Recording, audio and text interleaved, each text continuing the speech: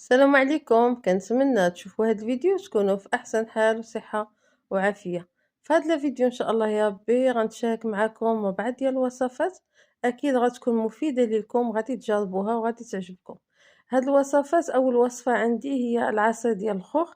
بكيلو ديال الخوخ هذا وقته موجود في السوق وطري، يمكننا نخرجو حتى ل4 ايطو اولا 5 ايطو ديال العصير على حساب درجة الكثافة اللي كتبغيو. غنشارك معاكم واحد لي كيش معمرين بواحد الحشوة ديال لي زيبينا، ولكن اللي مهم هو واحد لاصوص اللي كتخلي هاد لي كيش كيجيو لذاذ بزاف. انا متاكده انكم لا جربتوا هاد لاصوص غتبقاو تستعملوها مع بزاف ديال الحشوات. والوصفه الثالثه هي واحد الكيك كنعدلو كل سيمانه. الناس اللي عندهم وليدات في المدرسه هاد الفيديو راه هو ديالكم، ضروري تشوفوا. هاد الكيك هذا كيجي ناجح وطريقه الاحتفاظ به باش تعطيوه للوليدات يديوه معهم للمدرسه. والوصفه الرابعه هي واحد الطاجين طويجين ديال اللحم ولكن بطريقه مختلفه. كنتمنى تتبعوا معايا هاد الفيديو حتى الاخير. اول حاجه باش نحضروا هاد العصير غادي نحتاجو لجوج كيلو ديال الخوخ كما كتشوفوا، يكون طري واخا يكون قاصح ولا بلدي ماشي مشكل. مع جوج كيلو غندير جوج كيسان كبار ديال السكر اولا 400 غرام السكر. عندي واحد الطاف ديال القرعه حمراء تقريبا شي 200 غرام، العصير جوج حامضات وكاس كبير ديال الماء. اول حاجه كنديروها كناخذوا هذيك القرعه كنحيدوا لها تماما القشره. هاد القرعه المذاق ديالها ما كيجيش نهائيا باين في العصير. كنقطعوها رقيقه بزاف لان كما نتوما عارفين الخوخ دغيا كيطيب، خصنا باش يطيبوا في نفس الوقت. الخوخ بلا ما نقشروه كنغسلوه مزيان مزيان، كنغسلو القشره ديالو لان غنطحنوه بالقشره. وهنا كنحاولوا نحيدوا له العظم باش نطيبوه مع داك القرعه الحمراء. القرعه الحمراء ما كيجيش المذاق ديالها باين نهائيا لان كنعملوا داك العصير الحامض هو اللي كيتلف المذاق ديال الخضر في العصائر. صافي عملته دابا في واحد الكوكوط ولا في واحد القاميله، ما محتاجينش الكوكوط الصراحه. بالنسبه لقياس السكر انا كنعمل 200 غرام السكر مع كل كيلو ديال الخوخ. يمكن لكم تنقصوا ولا تزيدوا كما بغيتوا. وعندي كاس كبير ديال الماء وعندي العصير ديال جوج حامضات. صافي كنحطوا هاد الخليط على البوطه وكنخليوه يطيب. كنلاحظوا انه كيعمل واحد الكشكوشه. الا طلعتنا هاد الكشكوشه من الاحسن اولا ضروري نحيدوها باش ما كيجيش فيه باش ما كيخسرناش هذاك العصير دغيا. صافي دابا ها هو طاب هاد الخليط. نخليه يبرد شي شويه. انا فكرت نعملو هنا في واحد الاناء ونطحنو بالبغا ميكسور، كيجيني اسهل من انني نعملو هو سخون في الطحانه الكهربائيه. الا بغيتو ديروه في الطحانه خليوه حتى يبرد مزيان عاد طحنوه في الطحانه الكهربائيه. بعد ما طحنتو غنلاحظوا انه درجه الكثافه ديالو خاسر. كنعمل واحد كاس مثلا من هذا الخليط ونزيد عليه جوج كيسان ديال الماء يكون بارد مزيان ونعملوه يبرد ضروري في الثلاجه. بغيتو يجيكم خفيف اكثر يمكن لكم تزيدوا الماء، مي انا كنفضل قياس واحد العصير كنزيد عليه جوج قياسات ديال الماء. هذا اللي بقى ما غنستعملوش دابا. غادي ناخذ واحد الطواسي غادي نعمرو.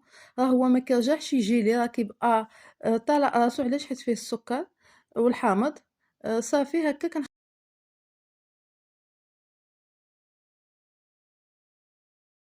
باش نحضروا هاد لي كاش عندي هنا واحد نص كيلو دي زيبينا. كنغسلوهم مزيان كنقضوهم في الماء لان كيطلقوا التراب وكنشفوهم. عندي بصيله صغيره، واحد الكميه شي 100 غرام ديال الكفته، الملح يبزا، شويه ديال الزيت، عندي شويه د الهريسه، شويه ديال الثومه، وعندي واحد شويه د الكوزه حتى هي كتوانم مع هاد المكونات هادي.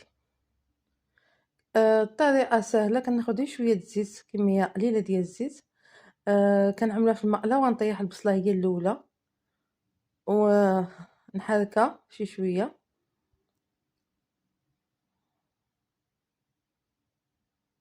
ومن بعد نحك عليها ديك جوج ضيصات ديال الثوم. هاد لي كيش كيجيو لذاذ بزاف وغادي يعجبوكم. مبدلين على لي كيش ديال الدجاج ولا ديال الكفته وصحيين لان فيهم لي زيبينا. وكما كتعرفوا لي زيبينا مزيانين الناس اللي كيعانيو من نقص ديال الحديد ولا فقر الدم. بعد ما كنشوفوا ان هاد البصله هادي طاحت مزيان غادي نطيحوا الكفته وغادي نحركوها ونخليوها حتى تطيب مزيان. لأن لي زبينار ما كياخدوش الوقت بزاف في الطياب، دغيا كيطيبوا دغيا كيطيحوا، وواخا تشوفوا هاديك الكميات تبان لكم ديال لي زبينار كثيرة، راه هما دغيا كيتكمشوا فاش كيطيبوا. نعمل هنا شوية د الإبزار،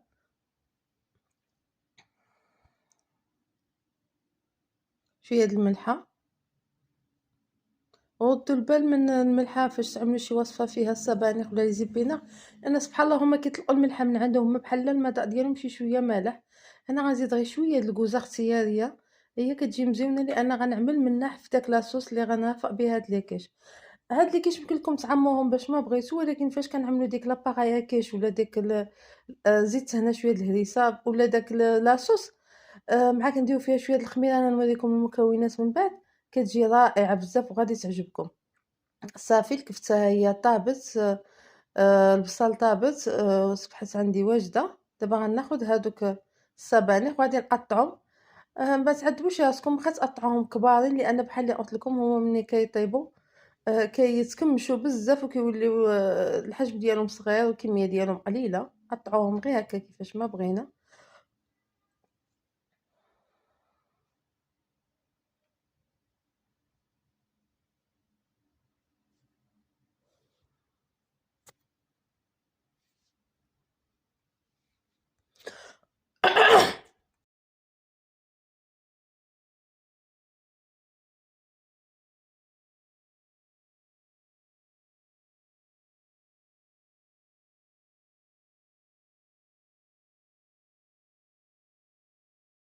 نبداو كنحركو في هداك الخليط اللي على البوطة حتى كنشوفو أن هادوك لي زيبينار كيطيبوا، ما كياخدوش الصراحة وقت طويل. صافي ها هما هكا كيكونوا طايبين. ضروري نحيد هاد الخليط من الماء، لا نعملو في شي طبسيل باش يبرد. هادي هي الحشوة كتجي ناشفة ولذيذة بزاف. دابا غندوزو المكونات اللي غنحتاجو في لاصوص. عندي 3 د البيضات متوسطين، كاسة ديال الحليب بارد ولا 200 مليلتر ديال الحليب، خمارة ديال 8 غرام، معلقة كبيرة ديال النشا، راس ديال الثومة وشوية ديال الكوزة اختيارية، يوغورت طبيعي، ملحة والإبزار، وعندي هنا شوية ديال جبن موتزاريلا. إلا كانت الجبن الحمار مزيان، مي هذا كافي. باش نعدلو هاد لاصوص ولا لاباري كيش غنحتاج. اول حاجه نعمل 3 د البيضات، لا لاحظتوا هما متوسطين ماشي كبار بزاف. الا كان البيض كبير عملو غير 2. كنضيفو الحليب، اليوغورت طبيعي. هاد الحشوه صدقوني كتجي خطيره، كتجي كتشبه لاصوص بيشاميل، بحال فيها واحد الكميه كبيره ديال الجبن، ولكن هي مكونات بسيطه. معلقه ديال مايزينا، الا ما عندكمش مايزينا عملوا معلقه صغيره ديال الطحين، لكن من الاحسن مايزينا اولا نشا الذره كما كيتسمى بالعربيه. عندي شويه د الابزار، شويه د الملحه، ونحك داك الرويس ديال الثومه، وشويه د الكوزه كتعطي واحد المذاق مزيون. هي هاد الكوزه عموما كتجي مع لاصوص بيشاميل، وكتجي مع هاد لي صوص اللي بحال هادو. ما تكتوش منها غير شويه باش ما تعطيش واحد، كتبقى تلضغ في اللسان الا كتسنى منها كدوخ. صافي دابا غادي نخلط مزيان هاد الخليط هذا بالتضرب اليدوي كما كتشوفوا، حتى داك البيض يتجانس مزيان مع هاد المكونات. وراه كتبان لكم التركيبه ديالها كترجع واحد لاصوص خاصه شي شويه. صافي وفي الاخير غادي نضيف هاد الخمه، هاد الحلوى. هاد الخمه هاد الحلوى هي اللي كتخليها تنفخ وكتجي التركيبه ديالها مزيونه بزاف. صافي دابا ها هي لاصوص واجده، الحشوه هي بردت. من الاحسن تكون بارده باش ما تقطعليش هادوك لي كيش. بالنسبه لهاد لي كيش راه هما ديجا حطيتهم في الاناس في واحد لا فيديو قديم عندي، وكيجيو ناجحين عن تجربه.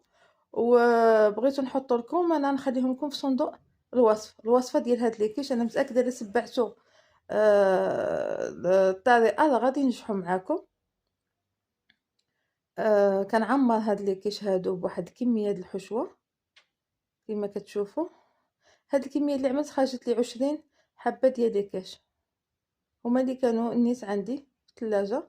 صافي من بعد ما نحط هاد لي كيش، هاد الحشوه غادي نعمر بهذيك لاصوص. واخا تبان ليا هكا خفيفه غادي نعمرهم مزيان، لان فاش غيطيبوا غادي يتنفخوا. هذاك البيض غادي يطيب ويعاد مع داك الخميره والمايزينا والحليب، وغادي يشكل واحد التركيبه مزيونه بزاف. صافي غادي نزيد على وجههم شويه ديال الجبن، يمكننا نديرو شويه الجبن في الاول باش تجي داك لاباطا كيش كروستيونط اكثر. يعني ملي نجي ندير الحشوه ديال الكيش ديال لي زيبينا غنعمل الجبن هو الاول. ها هي، ها هما لي كيش ديالي من بعد ما وجدوا كيجيو منفوخين. شوفوا كيفاش عاملين مع هذاك الحشوه ديالهم محمرين. الا مشيتو تكومونديوهم هكا معمرين غتشريهم بواحد الثمن غالي وما تعرفوش باش معدلين. مي هادو الصراحه كيجيو لذاذ بزاف، غادي تحماقوا عليهم انا متاكده. بغيتو تزيدو تحمروهم يمكن لكم، بغيتو تعملوهم هكا بهذا اللون الذهبي بحال اللي كيعجبني انا ممكن. صافي تقدموهم بالطريقه اللي بغيتو. حطيتهم في هاد الطوبسيل باش تشوفوا الشكل ديالهم كيفاش كيجي. ها هما فاش فتحتهم معاكم كنا نحتفظوا بهم في اي طاسه هكا طايبين. فاش كنبغيو نتناولوهم غير كنجبدوهم من الثلاجه ونخليهم شويه كيطلقوا. بغيتو تدفيوهم في الفران ممكن، بغيتو تاكلوهم هكاك راه كيجيو لذاذ بزاف. الوصفه اللي غادي ندوزو لها دابا هي هذيك الكيكه بالكاكاو. كنعمل هنا 3 البيضات، كاس ديال السكر، كاس لورب ديال الزيت. هذاك الكاس السكر تقريبا كيهز واحد 200 غرام. عندي الكاس اللي كنعبرو به هو اللي كنعبرو به المكونات كاملين، نص كاس ديال الحليب. هاد الكيك دائما كنديرو تقريبا كل سيمانه وكنحطو في الفريغو. عندي هنايا معلقه ديال فاني، عملوا النكهه اللي بغيتو مي انا دائما كندير فاني. وعندي طبعا الطحين غنعمل هنايا. خدات لي 2 كيسان وربع بالضبط، 2 كيسان. الكاس اللي كنعبى به الحليب والزيت والسكر هو نيت اللي كنعبى به الطحين. هنا عملت غير كاس ونص، ولكن من بعد غادي تهز لي 2 كيسان وربع. حتى 2 كيسان ما تكثروش الطحين باش ما تجيكمش مدقصه. 2 خمارات ديال 8 غرام، يعني 16 غرام ديال الخميره هي اللي خدات لي. ومعلقه كبيره ديال الكاكاو المول، طبعا هو اللي كنستعمل دائما انا. صافي غنغربل هاد المكونات هادي كامله باش داك الكاكاو ما كيجيش يتسمى باين.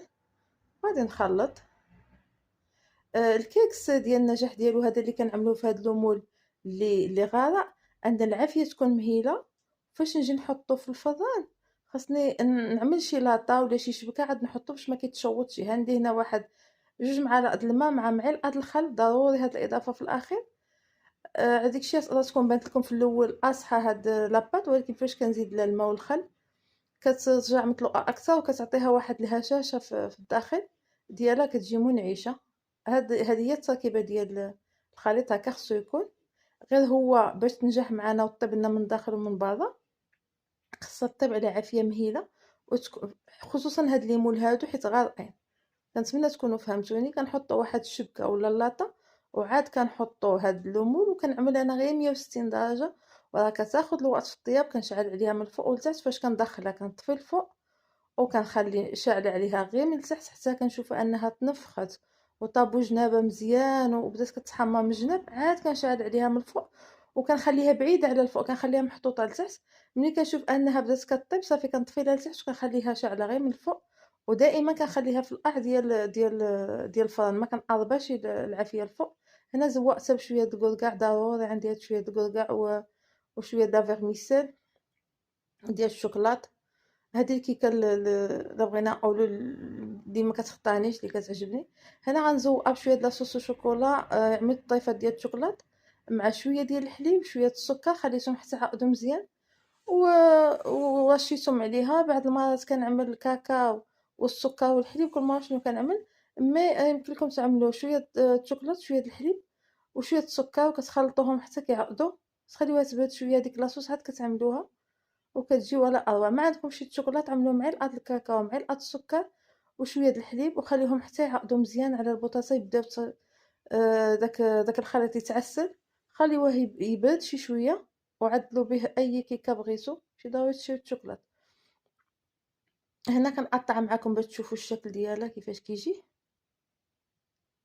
انا متاكده انها غادي تعجبكم وغتجي ناجحه. ها هي كيفاش كتجي، شوفوا كيفاش اسفنجيه ماشي مدقصه. كيفاش التركيبه ديالها. كلكم تقدموها للضياف، كلكم تعملوها في الفطور ولا في الكوتي. انا شخصيا كنعملها بهذه الطريقه هذه. علاش كنعملها هكا؟ لان هكا كتجيني سهله. كنعطي بنتي شي طيف منها في الطاسه كتديه ليكول وانا لا بغيت نتناول شي طيف كيجيني ساهل، بغيت نديه معايا الخدمه كيجيني ساهل. هكا ما كتضيع من هاد الكيكه حتى شي طيف، ماشي نعدلوها ونحطوها في الثلاجه ونخليوها تيبس تما، لا مبقات شي صالحه عدلو واحد اخر لا.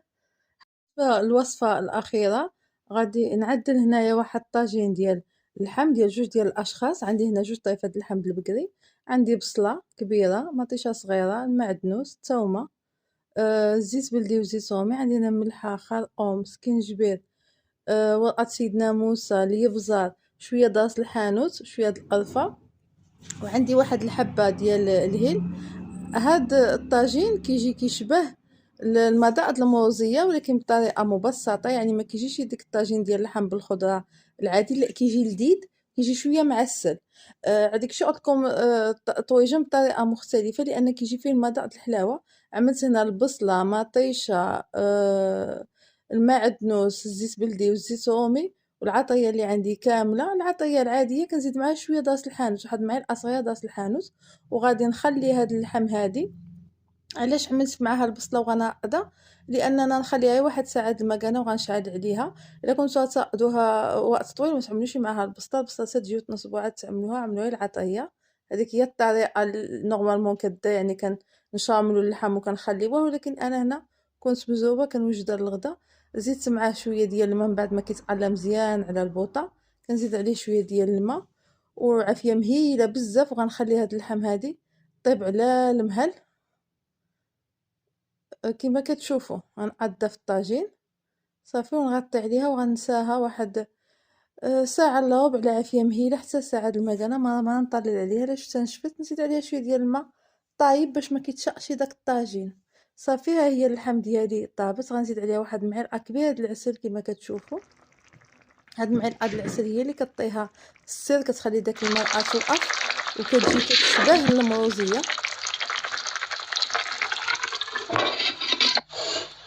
كنت غنزوقها بشويه د البرقوق مي مبقاتشي عندي، غنعمل معاها شويه د الفريت باش تبقى هكاك مريقه واقفه. ها هو الطاجين ديالي كيفاش كيجي، كتجي ديك اللحمه معسله.